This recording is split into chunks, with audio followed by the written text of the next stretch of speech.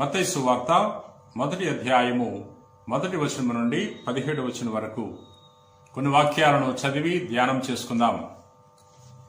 ఇది అబ్రహాము కుమారుడగు దావీదు కుమారుడైన యేసుక్రీస్తు వంశావళి.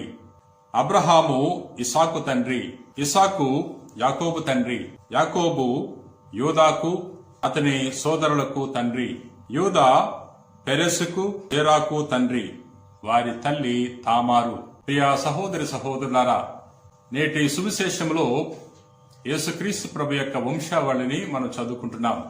ఈ ప్రభు యొక్క వంశావళి ద్వారా మత్తయి గారు మనకు ఒక సందేశాన్ని ఇస్తున్నాడు. యేసుక్రీస్తు ప్రభు దావీదు వంశములో జన్మించాడు అనే విషయాన్ని తెలియజేస్తున్నాడు.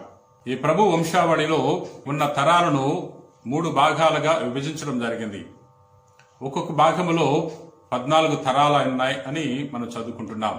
మొదటి భాగములో ఉన్న 14 తరాల్లో 4 స్త్రీలను మనము ప్రధానంగా చూస్తున్నాం. వారెవరనగా తామారు, రాహాబు, రూతు మరియు బెత్షెబా. ఈ 4 స్త్రీలు కూడా యూద మతానికి చెందిన వారు కాదు.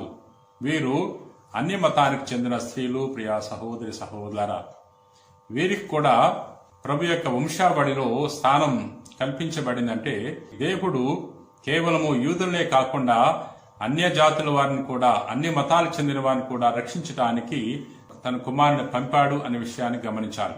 అంతేకాకుండా ఈ 4 స్త్రీలు రాజవంశంలో జన్మించిన వారు కాదు, పెద్ద పేరు ప్రఖ్యాతులు ఉన్నవారు కాదు, వీరోచితముగా పోరాటాలు చేసిన స్త్రీలు కాదు, పవిత్రమైన జీవితాన్ని జీవించిన స్త్రీలు కాదు.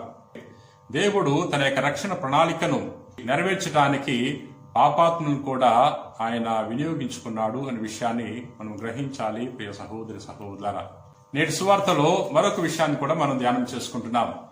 14వ వచనాన్ని ఒకసారి చదువుకుందాం.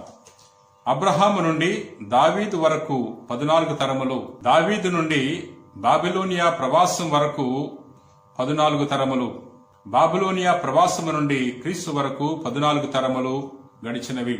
మనం చూస్తున్నాం యేసుక్రీస్తు వంశావళిని 3 భాగాలుగా చేయటం జరిగింది. ఒక్కొక్క భాగంలో 14 తరాలున్నాయి. 3 భాగాలు.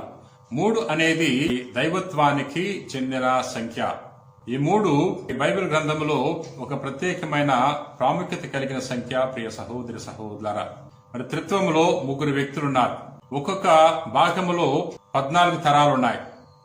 ఈ 14లో మరి 2 ఏడ్లున్నాయి అని కూడా మనం గమనించాలి. ప్రియ సహోదరి సహోదరులారా, 7 అనే సంఖ్యను బైబిల్ గ్రంథములో అనేక చోట్ల మనం చూస్తున్నాం.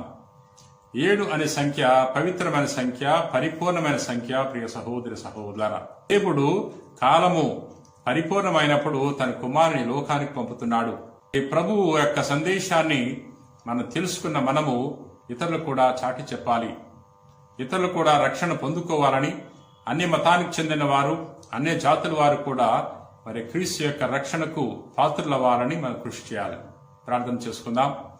ప్రేమ కలిగిన ప్రభువా, దయగిన సర్వేశ్వర ప్రభు, ఈ రోజున నీ వాక్యం ద్వారా మాతో మాట్లాడినందుకు నీకు వేలాది వందనాలు.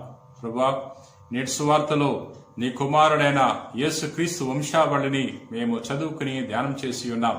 నీ కుమారుని ఈ లోకానికి పంపి ఆయనను మాకు ఒక వరముగా దయచేసినందులకు వేలాది వందనాలు. ప్రభువా, మేము కూడా రక్షణ సందేశాన్ని, నీ కుమారుని యొక్క శుభ సందేశాన్ని ఇతరులకు చాటి చెప్పే గొప్ప భాగ్యాన్ని ప్రసాదించండి. ప్రభువా, ఈ రోజు నీ వాక్యాన్ని ఆలకించి ప్రార్థన చేయించిన ప్రతి వారిని కూడా నీకు సమర్పిస్తున్నాం.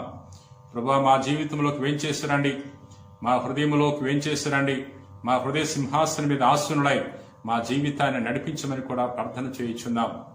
ప్రభువా, ఎవరెవరైతే మనశ్శాంతి కోసము, శాంతి సమాధానం కోసము, ఆరోగ్యం కోసం ప్రార్థన చేయించున్నారో వారందరినీ కూడా తాకి స్వస్థపరచమని మా నాథుడైన క్రీస్తు ద్వారా మనవి చేయించున్నాం తండ్రి. ఆమెన్.